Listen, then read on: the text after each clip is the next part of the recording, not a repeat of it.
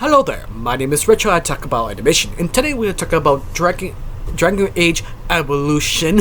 I know I could have said the name wrong, I'm so sorry, but this is basically Dungeons and Dragons based on a video game. It's not Dungeons and Dragons, it's sort of another version of it. But all of that, I feel this series is basically kind of fun and interesting, but at the same time I understand if some of you didn't like it because in the main lead, Miriam, that she is sort of trapped in her own mind because she used to be a slave. Even that she was finding free, she would still have that sort of slave mentality. She's sort of stuck trying to survive, but could not let go in the past.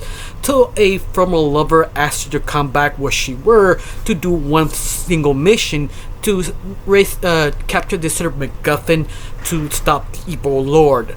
And basically she agreed even she doesn't want to, and that made her interesting because she's super scared and traumatized to go in this sort of mansion to get this MacGuffin, because the person who is in charge of there is basically her half brother or adopted brother who personally slaved her. But you see his point of view that he was sort of trapped as her sister because even he was sort of the main family in charge, he didn't want to do what they did to his sister. In fact, he didn't know what to do because he doesn't know how to confront his own mother till the incident happened that her stepsister killed her mother and his half brother told to run away to be free.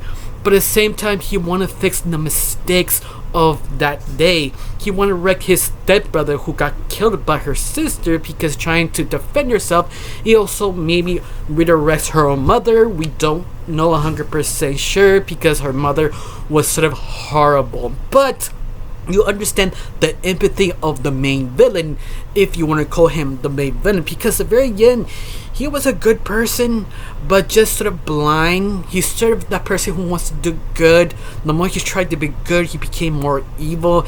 Even he knows he's playing with something he shouldn't be playing with. In the same time, you make him more sympathy with the main lead, because our main lead of that, she is very broken, the point that you kind of hard to like about her because she's just sort of dismissive, angry. You could make characters work so well. You have a very likable angry character. God, that's the whole point of Firefly, of the main lead. He's just angry, but she's just so upset. It's just sort of to understand her by little, but the show trying to convince you to understand her, and you do. But once again, it's one of those I really did enjoy. But once again, I understand you didn't like the main lead because it takes a while to actually like the main lead, and it's one of those that's sort of a good balance, and it does, but it struggles a little bit, especially sort of the whiplash being super funny action, trying to go in this castle to take this MacGuffin. Anything goes wrong, it's really enjoyable and gripping. Do you flip into this sort of disturbed, sad slavery, or main lead trying to escape this her trap, her whole mind trying to figure out she's a good idea, and that sort of whiplash is sort of hard to enjoy because you don't know how to feel, something happy or something messed up. It's something that's just, you have to understand how balance that so well because you easily go wrong, but luckily they sort of self-aware enough to realize the only way to fix this to make every single point of view wrong, because it really is. It's sort of a circle of violence, not yet realized that more violence create more violence. Yeah, I guess that's sort of the point of the whole show.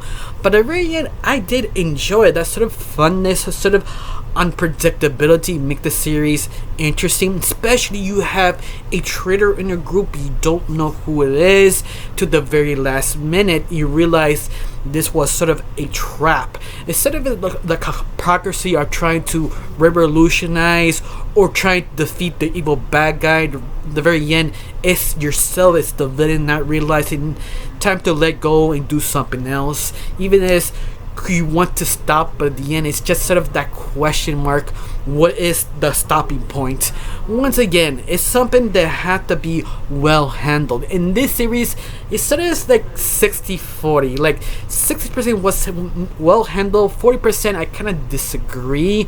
Maybe because some of the points I wish they reversed it, or they add a little bit more dialogue or change a little dialogue, but not enough to actually ruin the series. It's still very enjoyable, but once again, it's up to you, because obvious, I'm 100% sure quite a few people probably won't like it. Yeah, I won't blame you because of that. It's something that you have to have a really understanding the subject matter you actually go deep into.